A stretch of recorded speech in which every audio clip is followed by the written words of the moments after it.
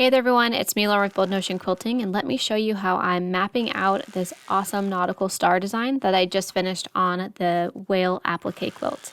I started off by mapping out my designs with a blue water-soluble marker that is incredibly difficult for you to see on the screen. You can put your face really close to it and you might be able to see it. I'm also using my stunning straight edge ruler to then facilitate the map out of that design. You'll see that I'm crossing over the center as opposed to starting and stopping from the center constantly because it gives me a very crisp crossover center. While I'm doing the nautical star, I'm going to have to do those north, east, south, and west points. And then to make it look, it's a compass rose, and to make it look more like a nautical star, I'm going to fill in 1/2 of each diamond point that I did in the north, east, west, and south. In order to do that, I'm just going to do a series of straight lines. I'm going to divide that point in half.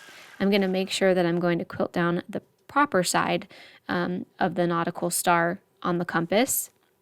And I'm going to stitch down a little more dense on one side than I would on the other.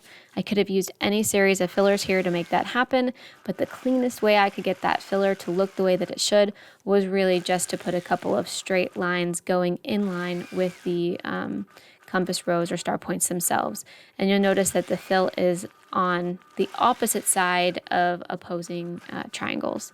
When I find myself in the middle, I'm going to go ahead and facilitate those northeast, northwest, southeast, southwest points as I get to them, and I'll fill out the rest of the nautical star side of the compass rose as I go with those dense fillers. You can find the stunning straight edge ruler and lots of other long arm quilting notions on boldnotionquilting.com. We try to cater to those of you who love to do free motion quilting, both of your sit down, high shank, low shank, whatever you need. We've got those things on boldnotionquilting.com. It's a free motion quilter's haven.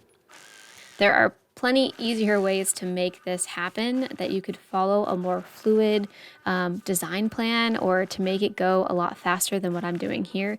But I'm literally creating this in front of your eyes. I have no idea what it's going to look like when I'm done. I just know that I'm going to do it and the designs will evolve as I go. I hope you've enjoyed this tutorial. Please check out the Bold Notion Quilting YouTube channel for more tips, tricks, and tools of the trade. And like and subscribe to the channel and share it with your friends. Take care and happy quilting, y'all. Bye.